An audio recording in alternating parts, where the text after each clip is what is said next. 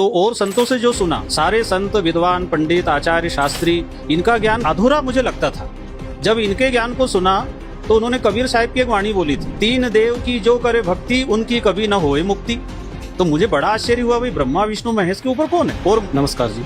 Sir क्या नाम है आपका? भगवती दास है, खातेगांव तहसील जिला देवास से। जी भगवती प्रसाद तिवारी जी पहले बहुत सारी कथाएं करते थे, तो जो कथाएं करते थे अब तक कितनी कथाएं कर चुके थे और कैसे कैसे लोग आपकी कथाओं में आते थे? परमात्मा की दया से श्रीमद् भागवत महापुराण कथा मैंने की है, तो अभी तक 500 के लगभग कथाएं हो चुकी है। और जिस क्षेत्र में गांव में कथा होती है, आसपास से सभी प्रकार के लोग, छोटे बड़े अमीर गरीब नेता, सभी कथाओं में आते थे। क्योंकि मेरी कथा परमात्मा की दया से इतनी सरल भाषा में करता था तो लोगों को वो पसंद आती थी, तो अधिक संख्या में लोग सुनने आते थे। भगवती प्रसाद तिवारी जी, जैसा कि आपकी कथा को सुनने के लिए गांव से शहर से लोग आते थे और बहुत सहज तरीके से आप कथा करते थे, तो आपके जो शिष्य थे, कितने शिष्य बन चुके थे जो आपकी 500 कथाएं हो चुकी थी, नेता मंत्री सब लोग आते? नहीं, परमात्मा की दया से ये शुरू से ही मुझे ऐसा लगता था कि मैं गुरु बन नहीं सकता, मैं गुरुओं की बातें सुना रहा था। तो मैंने कभी किसी को चेला बनाया नहीं, मेरा कोई शिष्य है नहीं। और मैं जो भी कथाएं की गुरु बन करके मैंने नहीं बोला, मतलब ये परमात्मा की दया रही। मैं ये एहसास होता था कि हम ये सुनी सुनाई बात तो सुना रहे हैं, ज्ञान अपना नहीं है,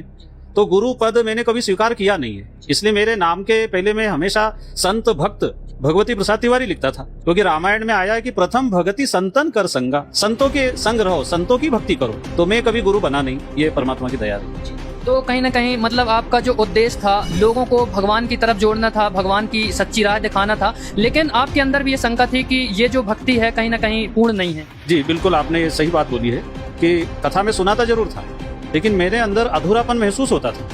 मतलब कि इसके आगे भी कोई ज्ञान बाकी है। अभी मैं जनता को परमात्मा की बात बताता, आत्म कल्याण करना है, मानव जन्म बड़ा दुर्लभ है और ये बार बार मिलता नहीं है। जो रामचरितमानस उत्तरकांड दोहा नंबर 42 के आगे राम जी खुद बोल रहे हैं, जो देवताओं को दुर्लभ शरीर हमें मिला है और हम देवताओं की पूजा कर रहे हैं, इसका मतलब आगे और कुछ बाकी है अभी। तो देवता तो तरस रहे मनुष्य शरीर को।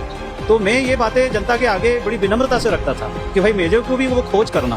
तो वो जो आप जनता के सामने बातें रखते थे और आपको भी तलाश थी खोज की, तो वो क्या खोज आपकी पूरी हुई? हाँ जी, जब मैंने जगत गुरु तत्वदर्शी संत रामपाल जी महाराज जी के सत्संग सुने, उनकी पुस्तक ज्ञान गंगा जीने की राह पुस्तक को पढ़ा और टीवी और मोबाइल के माध्यम फेसबुक पे सुनता रहा पहले, और सुन करके फिर मैंने मिलान किया। तो और संतों से जो सुना, सारे संत विद्वान पंडित आचार्य शास्त्री, इनका ज्ञान अधूरा मुझे लगता था। जब इनके ज्ञान को सुना तो उन्होंने कबीर साहिब की एक वाणी बोली थी, तीन देव की जो करे भक्ति उनकी कभी न होए मुक्ति।